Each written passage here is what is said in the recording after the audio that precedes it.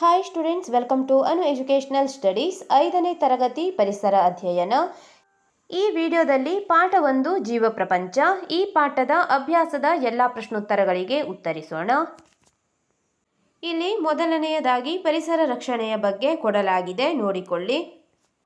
ಪರಿಸರ ರಕ್ಷಣೆ ನಮ್ಮೆಲ್ಲರ ಹೊಣೆ ಎಂಬ ಘೋಷಣೆಯನ್ನು ನೀವು ಕೇಳಿರಬಹುದು. ಪರಿಸರ ಎಂಬ ಪದವು ನಮಗೆ ಚಿರಪರಿಚಿತವಾಗಿದೆ. ಪರಿಸರ ಎಂದರೆ ನಮ್ಮ ಸುತ್ತಲೂ ಕಂಡುಬರುವ ಅಂಶಗಳು. ಪರಿಸರವನ್ನು ನಾವು ನೋಡಿಯೇ ಆನಂದಿಸಬೇಕು. ಗುಡ್ಡ, ಕಾಡು, ನದಿ, ಝರಿ, ತೊರೆ, ಜೇನುಹುಳ, ಕೀಟಗಳು, ಹದ್ದು, ಹಾವು, ಮಣ್ಣು, ಬೆಳಕು, ಪಕ್ಷಿಗಳು ಹೀಗೆ ನೋಡಿದಷ್ಟು ವಿಸ್ಮಯ ಎನಿಸುವ, ಬೆರಗುಗೊಳಿಸುವ ಹಲವು ಅಂಶಗಳು ನಮಗೆ ಕಾಣುತ್ತವೆ. ಇದು ನಮ್ಮ ಪರಿಸರ. ನಮ್ಮ ಪರಿಸರ ವಿವಿಧತೆಯ ಬೀಡು. ಇದರ ವಿವಿಧತೆಯ ವಿಶೇಷತೆಯನ್ನು ತಿಳಿಯಲು ಕುತೂಹಲ ನಿನಗಿದೆಯಲ್ಲವೇ? ಹಾಗಾದರೆ ಈ ಘಟಕವನ್ನು ಅರ್ಥೈಸಿಕೋ. ಇಲ್ಲಿ ಈ ಪಾಠವನ್ನು ಕಲಿತ ನಂತರ ನೀವು ಏನೇನನ್ನು ಕಲಿಯುತ್ತೀರಿ ಎಂದು ಕೊಡಲಾಗಿದೆ, ನೋಡಿಕೊಳ್ಳಿ. ಇಲ್ಲಿ ಒಂದು ಚಿಕ್ಕದಾದಂತಹ ಕಥೆಯನ್ನು ಕೂಡ ಕೊಟ್ಟಿದ್ದಾರೆ. ಸೋಮಾರಿ ಸೋಮಣ್ಣ. ಕಥೆಯನ್ನ ಓದಿಕೊಳ್ಳಿ. ಸೋಮಣ್ಣ ಒಬ್ಬ ಸೋಮಾರಿ. ತನ್ನದೇ ಸ್ವಲ್ಪ ಹೊಲವಿದ್ದರೂ ಒಂದು ದಿನವೂ ಹೊಲದ ಕೆಲಸ ಮಾಡಿದವನಲ್ಲ. ಅವರಿವರು ಕೊಟ್ಟದ್ದನ್ನಷ್ಟೇ ಪಡೆದು ಬದುಕುತ್ತಿದ್ದ. ಈ ರೀತಿಯಾಗಿ ನೀವು ಈ ಕಥೆಯನ್ನ ಓದಿಕೊಳ್ಳಿ. ನಂತರ ಇಲ್ಲಿ ಕತೆಗೆ ಸಂಬಂಧಿಸಿದಂತೆ ಕೆಲವೊಂದಿಷ್ಟು ಪ್ರಶ್ನೆಗಳನ್ನು ಕೊಟ್ಟಿದ್ದಾರೆ, ಆಲೋಚಿಸು. ಕತೆ ಓದಿದೆ ತಾನೆ. ಸೋಮಣ್ಣನ ಹೊಲದಲ್ಲಿ ಶೇಂಗಾ ಬೆಳೆಯಲಿಲ್ಲ, ಏಕೆ ಎಂದು ಕೊಟ್ಟಿದ್ದಾರೆ. ಇಲ್ಲಿ ನೀವು ಪರಿಸರದ ಅಂಶಗಳು ಮತ್ತು ಲಕ್ಷಣಗಳು, ಇಲ್ಲಿ ಸರಿ ತಪ್ಪು ಹಾಕುವುದರೊಂದಿಗೆ ನೀವು ಉತ್ತರಿಸಬೇಕು. ಪರಿಸರದ ಅಂಶಗಳು ಇಲ್ಲಿ ಮಾವಿನ ಮರ, ಇಟ್ಟಿಗೆ, ಗಡಿಯಾರ, ಚಿಟ್ಟೆ, ಮನುಷ್ಯ, ಕಪ್ಪೆ, ಕಾಗದ ಈ ರೀತಿಯಾಗಿ ಕೊಡಲಾಗಿದೆ. ಮತ್ತು ಬೆಳವಣಿಗೆ, ಆಹಾರ ಸೇವನೆ, ಚಲನೆ, ಉಸಿರಾಟ ಈ ರೀತಿಯಾಗಿ ನಾವು ಸರಿ ತಪ್ಪುಗಳನ್ನು ಹಾಕಬೇಕು. ಇಲ್ಲಿ ಬೆಳವಣಿಗೆ ಸರಿ ಈ ರೀತಿಯಾಗಿ ಸರಿ ತಪ್ಪುಗಳನ್ನು ಹಾಕಿಕೊಳ್ಳಿ. ನೀನು ಸರಿ ಗುರುತು ಹಾಕಿರುವ ಅಂಶಗಳಲ್ಲಿ ಪರಿಸರದ ಜೀವಿಗಳು ಎಂತಲೂ, ತಪ್ಪು ಗುರುತು ಹಾಕಿರುವ ಅಂಶಗಳನ್ನು ನಿರ್ಜೀವ ವಸ್ತುಗಳು ಎಂತಲೂ ಕರೆಯುತ್ತಾರೆ ಎಂದು ಹೇಳಿದ್ದಾರೆ. ಇಲ್ಲೂ ಕೂಡ ಪರಿಸರದಲ್ಲಿ ಕಂಡುಬರುವ ಕೆಲವು ಅಂಶಗಳನ್ನು ಕೆಳಗೆ ನೀಡಿದೆ. ಅವುಗಳನ್ನು ಜೀವಿ ಅಥವಾ ನಿರ್ಜೀವಿಗಳಾಗಿ ಗುರುತಿಸು. ಪಕ್ಷಿಗಳು ಜೀವಿಗಳು, ಬಲೂನು ನಿರ್ಜೀವ ವಸ್ತು, ನೀರು ನಿರ್ಜೀವ ವಸ್ತು, ಮಾವಿನ ಮರ ಜೀವಿ, ಬಂಡಿ ನಿರ್ಜೀವ ವಸ್ತು, ಪೆನ್ನು ನಿರ್ಜೀವ ವಸ್ತುವಾಗಿದೆ. ನೀನು ನೋಡಿರುವ ಇತರೆ ಜೀವಿ ಮತ್ತು ನಿರ್ಜೀವ ವಸ್ತುಗಳ ಪಟ್ಟಿ ಮಾಡು. ಮೊದಲನೆಯದಾಗಿ ನಾವು ಜೀವವಿರುವ ವಸ್ತು, ಎರಡನೇ ಸಾಲಿನಲ್ಲಿ ನಿರ್ಜೀವ ವಸ್ತುವನ್ನ ಬರೆದಿದ್ದೇವೆ. ಇಲ್ಲಿ ನೀವು ನೋಡಬಹುದು ಜೀವಿಗಳು ಜೀವಕೋಶಗಳಿಂದಾಗಿವೆ. ಎಲ್ಲಿ 2 ಜೀವಕೋಶಗಳನ್ನು ಕೊಟ್ಟಿದ್ದಾರೆ. ಮೊದಲನೆಯದಾಗಿ ಇರುವುದು ಸಸ್ಯ ಜೀವಕೋಶ, ಬರೆದುಕೊಳ್ಳಿ. ಎರಡನೆಯದಾಗಿ ಇರುವುದು ಪ್ರಾಣಿ ಜೀವಕೋಶ. ಇಲ್ಲಿ ಪ್ರಾಣಿಗಳ ಜೀವಕೋಶಗಳನ್ನು ನೀವು ಬಿಡಿಸಲು ಕಲಿತುಕೊಳ್ಳಬೇಕಾಗಿದೆ. ಈ ಚಿತ್ರಗಳನ್ನು ಗಮನಿಸು. ಇವು ಸಸ್ಯ ಮತ್ತು ಪ್ರಾಣಿಗಳ ಜೀವಕೋಶಗಳು. ಮನೆ ಕಟ್ಟುವುದನ್ನು ನೀನು ಗಮನಿಸಿರುವೆ. ಇಟ್ಟಿಗೆ, ಸಿಮೆಂಟ್, ನೀರು, ಕಬ್ಬಿಣ, ಕಟ್ಟಿಗೆ ಹೀಗೆ ಹಲವು ವಸ್ತುಗಳನ್ನು ಸರಿಯಾಗಿ ಜೋಡಿಸಿದಾಗ ಮನೆ ತಯಾರಾಗುತ್ತದೆ. ಹಾಗೆಯೇ ಜೀವಕೋಶಗಳಿಂದ ಜೀವಿಗಳ ದೇಹವು ರಚನೆಯಾಗಿದೆ. ಜೀವಕೋಶಗಳ ಬಗೆಗಿನ ಹೆಚ್ಚಿನ ಮಾಹಿತಿಯನ್ನು ಮುಂದಿನ ತರಗತಿಗಳಲ್ಲಿ ತಿಳಿಯುವೆ ಎಂದು ಕೊಟ್ಟಿದ್ದಾರೆ. ಇಲ್ಲಿ ನೀವು ನೋಡಬಹುದು, ಒಂದು ಮನೆಯನ್ನು ನಾವು ಇಟ್ಟಿಗೆ, ಸಿಮೆಂಟ್, ನೀರು, ಕಬ್ಬಿಣ, ಕಟ್ಟಿಗೆ ಹೀಗೆ ಹಲವು ರೀತಿಯ ವಸ್ತುಗಳಿಂದ ತಯಾರಿಸುತ್ತೇವೆ. ಅದೇ ರೀತಿಯಲ್ಲಿ ನಮ್ಮ ದೇಹವು ಕೂಡ ಜೀವಕೋಶಗಳಿಂದ ತಯಾರಾಗಿದೆ. ಜೀವಿಗಳು ಉಸಿರಾಡುತ್ತವೆ ಎಂದು ಕೊಡಲಾಗಿದೆ. ಜೀವಿಗಳು ಉಸಿರಾಡುತ್ತವೆ ಎಂಬುದನ್ನು ನೀನು ಹಿಂದಿನ ತರಗತಿಯಲ್ಲಿ ತಿಳಿದಿರುವೆ. ಜೀವಿಗಳು ಉಸಿರಾಡುವಾಗ ವಾಯುವಿನಲ್ಲಿ ಆಕ್ಸಿಜನ್ ಅನಿಲವನ್ನು ತೆಗೆದುಕೊಂಡು ಕಾರ್ಬನ್ ಡೈಆಕ್ಸೈಡ್ ಅನಿಲವನ್ನು ಹೊರಬಿಡುತ್ತವೆ. ಇಲ್ಲಿ ಚಿತ್ರವನ್ನು ಕೊಟ್ಟಿದ್ದಾರೆ. ಚಿತ್ರವನ್ನು ಗಮನಿಸು. ಇದು ಯಾವ ಚಿತ್ರ ಗುರುತಿಸಿ ಇಲ್ಲಿ ಬರೆ ಎಂದು ಹೇಳಲಾಗಿದೆ. ಅಲ್ಲಿ ಕೊಟ್ಟಿರುವಂತಹ ಚಿತ್ರ ಮಾನವನ ಶ್ವಾಸಕೋಶದ ಚಿತ್ರವಾಗಿದೆ. ಪ್ರಾಣಿಗಳು ಉಸಿರಾಡಲು ವಿಶೇಷ ಅಂಗಗಳಿರುತ್ತವೆ. ಸಸ್ಯಗಳು ಕೂಡ ಉಸಿರಾಟಕ್ಕಾಗಿ ಆಕ್ಸಿಜನ್ ಅನಿಲವನ್ನು ಅವಲಂಬಿಸಿವೆ. ಸಾಮಾನ್ಯವಾಗಿ ಸಸ್ಯಗಳು ಎಲೆಯ ತಳಭಾಗದಲ್ಲಿರುವ ಪತ್ರರಂಧ್ರಗಳ ಮೂಲಕ ಉಸಿರಾಡುತ್ತವೆ. ಆಕ್ಸಿಜನ್ ಅನಿಲದ ಸಹಾಯದಿಂದ ಆಹಾರದಲ್ಲಿರುವ ಶಕ್ತಿಯು ಜೀವಿಗಳ ಜೀವಕೋಶಕ್ಕೆ ದೊರೆಯುತ್ತವೆ. ಇಲ್ಲಿ ಜೀವಿಗಳು ಆಹಾರ ಸೇವಿಸುತ್ತವೆ ಎಂದು ಕೊಡಲಾಗಿದೆ. ಕಟ್ಟಿಗೆ ಕಡಿಯುವುದು, ಭಾರವಾದ ಚೀಲ ಹೊರೆಯುವುದು, ಬೇಟೆಯಾಡುಗಳು ಅನೇಕ ಚಟುವಟಿಕೆಗಳನ್ನು ಮಾಡುತ್ತವೆ. ಇಲ್ಲಿ ಜೀವಿ ಮತ್ತು ಪ್ರಮುಖ ಸಹಾಯವನ್ನ ಬರೆಯಬೇಕಾಗಿದೆ. ಆನೆಯು ಮಾಡುವಂತಹ ಸಹಾಯವನ್ನ ಬರೆಯಿರಿ. ಆನೆ ಭಾರವಾಗಿರುವ ವಸ್ತುಗಳನ್ನು ಸಾಗಿಸಲು ಸಹಾಯಕವಾಗಿದೆ. ಎತ್ತು ಹೊಲವನ್ನು ಉಳುಮೆ ಮಾಡಲು ಎತ್ತಿನ ಬಂಡಿಗಾಗಿ ಪ್ರಮುಖ ಸಹಾಯಕವಾಗಿದೆ. ನಾಯಿ ಮನೆ ಕಾಯಲು ಮತ್ತು ಕಳ್ಳರನ್ನು ಹಿಡಿಯಲು ಪ್ರಮುಖ ಸಹಾಯ. ಇಲ್ಲಿ 3 ಜೀವಿಗಳ ಸಹಾಯಗಳನ್ನು ಬರೆದಿದ್ದೇವೆ. ಈಗ ಸಸ್ಯಗಳ ಆಹಾರ. ಸಸ್ಯದ ಪ್ರತಿಯೊಂದು ಭಾಗವು ಒಂದಲ್ಲ ಒಂದು ಚಟುವಟಿಕೆ ಮಾಡುತ್ತಿರುತ್ತದೆ. ಈಗ ಸಸ್ಯದಲ್ಲಿ ಆಹಾರ ತಯಾರಿಕೆಯ ಒಂದು ಚಿತ್ರವನ್ನು ಕೂಡ ಕೊಡಲಾಗಿದೆ. ಇಲ್ಲಿ ಚಿತ್ರವನ್ನು ಗಮನಿಸಿ. ಮೊದಲನೆಯದಾಗಿ ವಾಯುಗೋಳ ಅಂದರೆ ಕಾರ್ಬನ್ ಡೈಆಕ್ಸೈಡ್, ಸೌರಶಕ್ತಿ ಎಂದು ಕೊಟ್ಟಿದ್ದಾರೆ. ಸೂರ್ಯನ ಚಿತ್ರ, ಪತ್ರಹರಿತ್ತು ಮತ್ತು ಪತ್ರರಂಧ್ರದ ಮೂಲಕ ಇವು ಉಸಿರಾಡುತ್ತವೆ. ನೀರು, ಖನಿಜ, ಲವಣ. ಬುಡದಲ್ಲಿ ನೀವು ನೋಡಬಹುದು ನೀರು, ಖನಿಜ ಮತ್ತು ಲವಣಗಳಿವೆ. ಈಗ ಯಾವುದು ಯಾರಿಂದ ಸರಿಪಡಿಸಿ ಇಲ್ಲಿ ಬರೆ ಎಂದು ಕೊಟ್ಟಿದ್ದಾರೆ.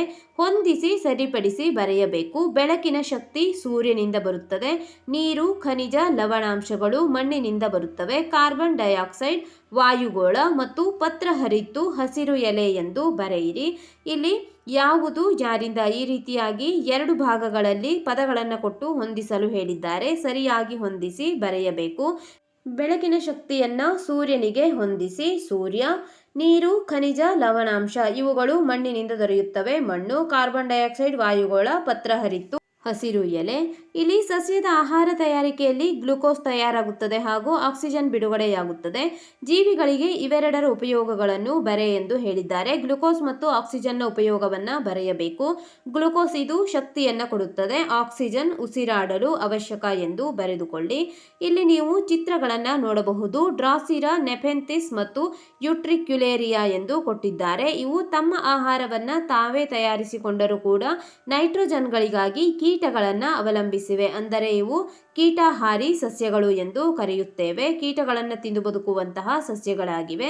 ಈಗ ಪ್ರಾಣಿಗಳ ಆಹಾರವನ್ನು ನೋಡೋಣ. ಇವುಗಳಲ್ಲಿ ಸಸ್ಯಾಹಾರಿ, ಮಾಂಸಾಹಾರಿ ಮತ್ತು ಮಿಶ್ರಹಾರಿಗಳು ಎಂದು ಬರೆಯಲಾಗಿದೆ. ಸಸ್ಯ ಮಾಂಸ ಮತ್ತು ಸಸ್ಯ ಮಾಂಸ ಎರಡನ್ನೂ ತಿಂದು ಬದುಕುವಂತಹ ಪ್ರಾಣಿಗಳು.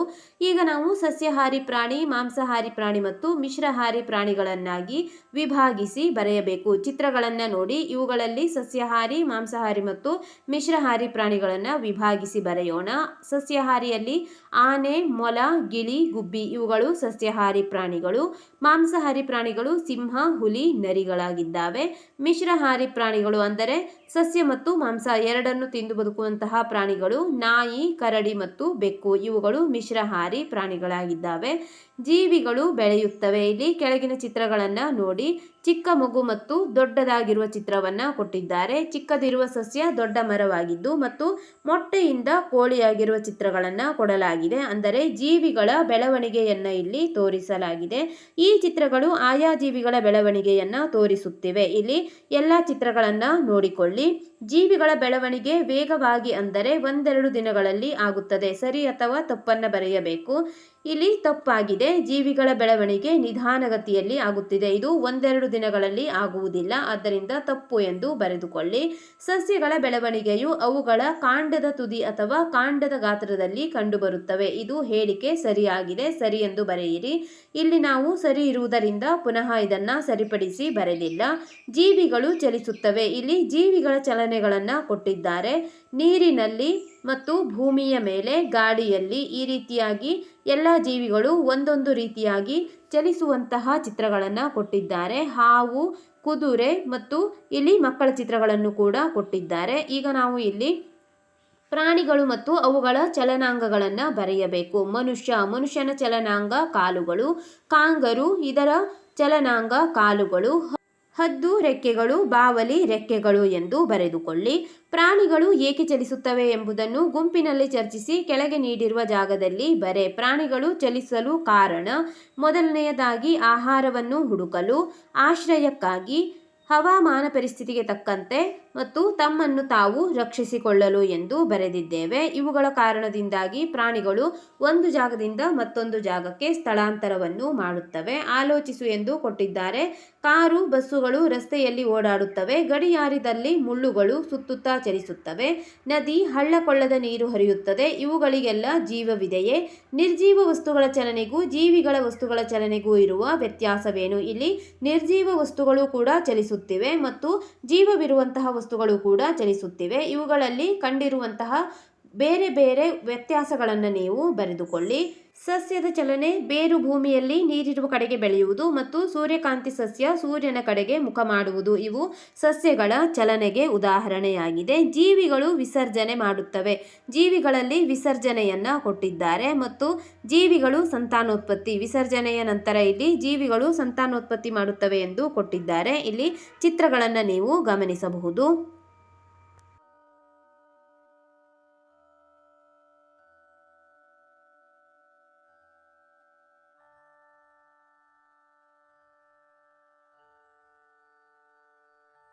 ಚಿತ್ರಗಳಲ್ಲಿ ಪ್ರತಿಯೊಂದು ಜೀವಿ ಹಾಗೂ ಅದರ ಮರಿ ಇರುವುದನ್ನು ಗಮನಿಸು. ಪ್ರತಿಯೊಂದು ಜೀವಿಗೂ ಮರಿಗಳು ಜನ್ಮ ನೀಡಿದ ಆ ಜೀವಿಗಳನ್ನು ಹೋಲುತ್ತವೆ. ಹೀಗೆ ಪ್ರತಿಯೊಂದು ತನ್ನನ್ನೇ ಹೋಲುವ ಮರಿಗಳಿಗೆ ಜನ್ಮ ನೀಡುವುದನ್ನು ಸಂತಾನೋತ್ಪತ್ತಿ ಎನ್ನುವರು. ಇಲ್ಲಿ ಸಂತಾನೋತ್ಪತ್ತಿಯ ವ್ಯಾಖ್ಯೆಯನ್ನ ಕೊಟ್ಟಿದ್ದಾರೆ, ನೀವು ಸರಿಯಾಗಿ ನೋಡಿ. ಜೀವಿಯೊಂದು ತನ್ನನ್ನೇ ಹೋಲುವ ಮರಿ ಜೀವಿಗಳಿಗೆ ಜನ್ಮ ನೀಡುವುದನ್ನು ಸಂತಾನೋತ್ಪತ್ತಿ ಎನ್ನುವರು. ಇಲ್ಲಿ ಹೇಳಿಕೆಗಳನ್ನು ಕೊಡಲಾಗಿದೆ, ಸರಿ ತಪ್ಪು ಬರೆಯಬೇಕು. ಸಂತಾನೋತ್ಪತ್ತಿಯಿಂದ ಜೀವಿಗಳು ತಮ್ಮ ಸಂತತಿಯನ್ನು ಮುಂದುವರೆಸುತ್ತವೆ. ಹೇಳಿಕೆ ಸರಿಯಾಗಿದೆ. ಸಂತಾನೋತ್ಪತ್ತಿಯಿಂದಾಗಿ ಪರಿಸರದಲ್ಲಿ ಇತರ ಜೀವಿಗಳಿಗೆ ಆಹಾರ ದೊರೆಯುತ್ತದೆ. ಇದು ಕೂಡ ಸರಿಯಾಗಿದೆ, ಸರಿ ಎಂದು ಬರೆದುಕೊಳ್ಳಿ. ಸಂತಾನೋತ್ಪತ್ತಿಯು ಪ್ರಾಣಿಗಳಲ್ಲಿ ಮಾತ್ರ ಕಂಡುಬರುತ್ತದೆ ಎಂದು ಕೊಟ್ಟಿದ್ದಾರೆ, ತಪ್ಪು. ಇಲ್ಲಿ ಸರಿಪಡಿಸಿದ ಹೇಳಿಕೆಯನ್ನು ನಾವು ಬರೆಯಬೇಕು. ಪ್ರಾಣಿ ಮತ್ತು ಸಸ್ಯಗಳೆರಡರಲ್ಲೂ ಸಂತಾನೋತ್ಪತ್ತಿ ಕಂಡುಬರುತ್ತದೆ. ಒಂದೇ ಜೀವಿಯ ಅತಿಯಾದ ಸಂತಾನೋತ್ಪತ್ತಿಯಿಂದ ಪರಿಸರದಲ್ಲಿ ಯಾವ ಅಪಾಯಗಳು ಆಗುವುದಿಲ್ಲ ಎಂದು ಕೊಟ್ಟಿದ್ದಾರೆ, ತಪ್ಪು ಎಂದು ಬರೆಯಿರಿ. ಒಂದೇ ಜೀವಿಯ ಅತಿಯಾದ ಸಂತಾನೋತ್ಪತ್ತಿ ಆದರೆ ಆಹಾರದ ಕೊರತೆ ಉಂಟಾಗುತ್ತದೆ. ಇಲ್ಲಿ 2 ಹೇಳಿಕೆಗಳು ಸರಿ ಮತ್ತು ಇನ್ನೆರಡು ಹೇಳಿಕೆ ತಪ್ಪಾಗಿದೆ. ತಪ್ಪಾಗಿರುವ ಹೇಳಿಕೆಯನ್ನು ನೀವು ಪುನಃ ಸರಿಪಡಿಸಿ ಬರೆಯಬೇಕು. ಕೆಲವು ಪ್ರಾಣಿಗಳು ಮೊಟ್ಟೆಯ ಮೂಲಕ, ಇನ್ನು ಕೆಲವು ನೇರವಾಗಿ ಮರಿಗಳಿಗೆ ಜನ್ಮ ನೀಡುವುದರ ಮೂಲಕ ಸಂತಾನೋತ್ಪತ್ತಿ ನಡೆಸುತ್ತವೆ. ಇಲ್ಲಿ ಚಟುವಟಿಕೆಯನ್ನ ಕೊಟ್ಟಿದ್ದಾರೆ. ಮೊಟ್ಟೆಯ ಮೂಲಕ ಮತ್ತು ನೇರವಾಗಿ ಮರಿಗಳಿಗೆ ಜನ್ಮ ನೀಡುವ ಜೀವಿಗಳನ್ನು ಪಟ್ಟಿ ಮಾಡಬೇಕು. ಮೊದಲನೆಯದಾಗಿ ಮೊಟ್ಟೆ ಮೂಲಕ ಕೋಳಿ, ಹಾವು, ಗುಬ್ಬಿ, ಪಾರಿವಾಳ ಇವುಗಳು ಮೊಟ್ಟೆಯ ಮೂಲಕ ಮರಿಗಳಿಗೆ ಜನ್ಮ ನೀಡುತ್ತವೆ. ಮನುಷ್ಯ, ಹಸು, ಸಿಂಹ, ಆನೆ ಇವುಗಳು ಮರಿಗಳಿಗೆ ಜನ್ಮ ನೀಡುವ ಮೂಲಕ ಸಂತಾನೋತ್ಪತ್ತಿಯನ್ನ ಮಾಡುತ್ತವೆ.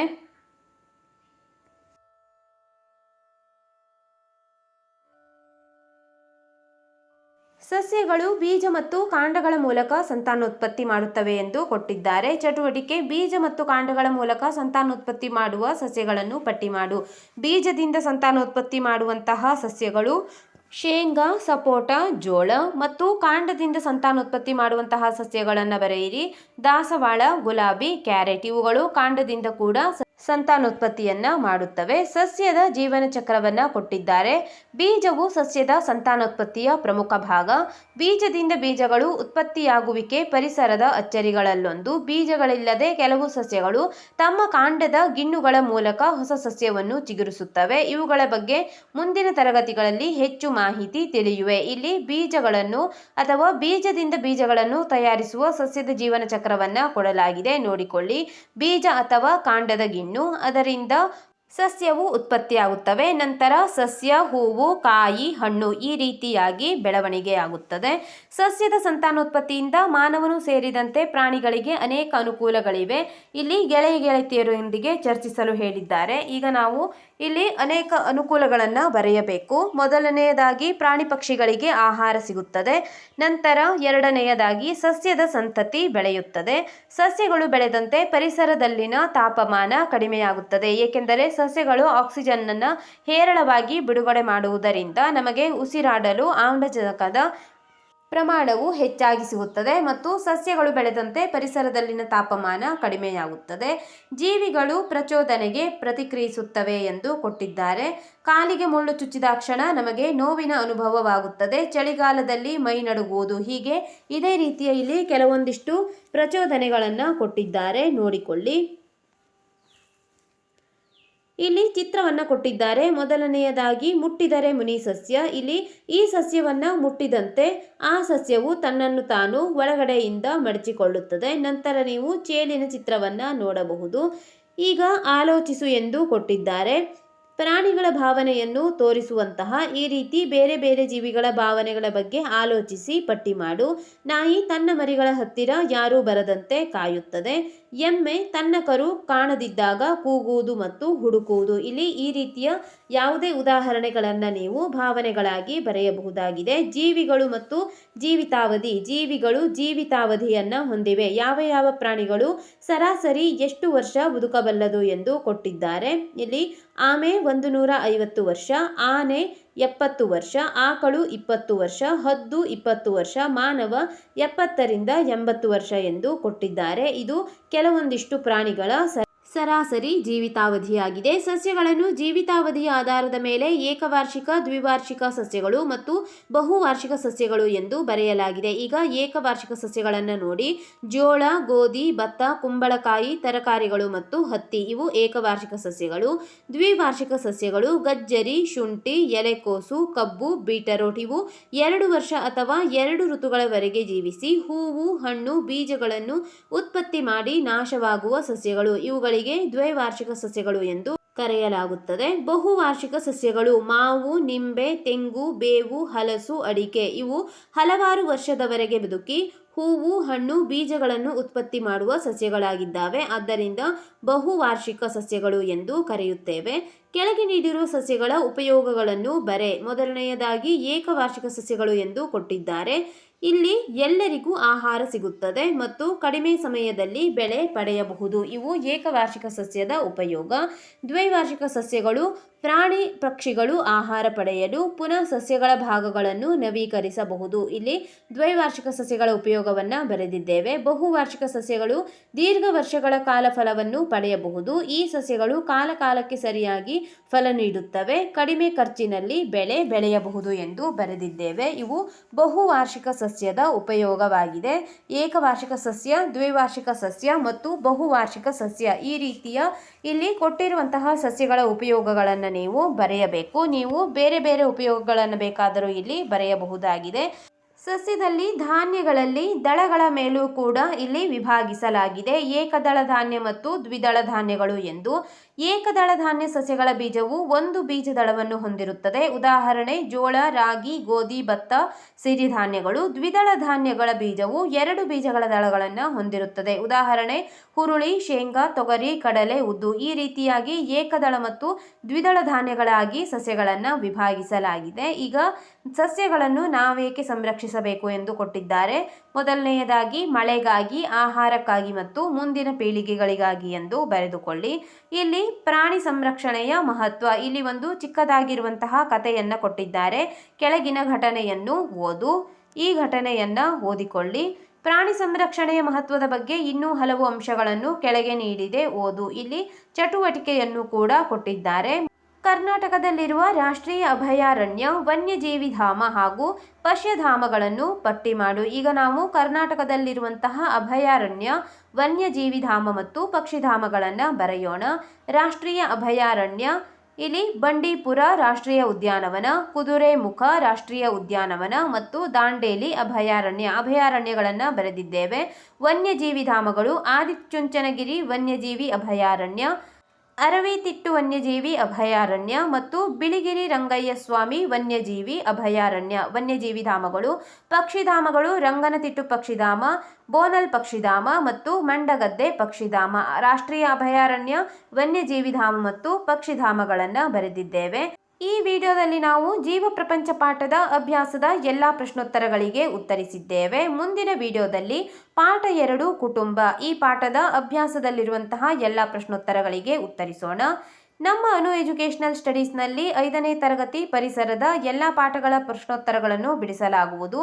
ನೀವು ಎಲ್ಲ ಪಾಠಗಳ ಪ್ರಶ್ನೋತ್ತರಗಳಿಗಾಗಿ ನಮ್ಮ ಚಾನೆಲ್ನ ಪ್ಲೇಲಿಸ್ಟ್ 5ನೇ ತರಗತಿ ಪರಿಸರ ಭಾಗ 1 ಇದನ್ನು ಗಮನಿಸಿ.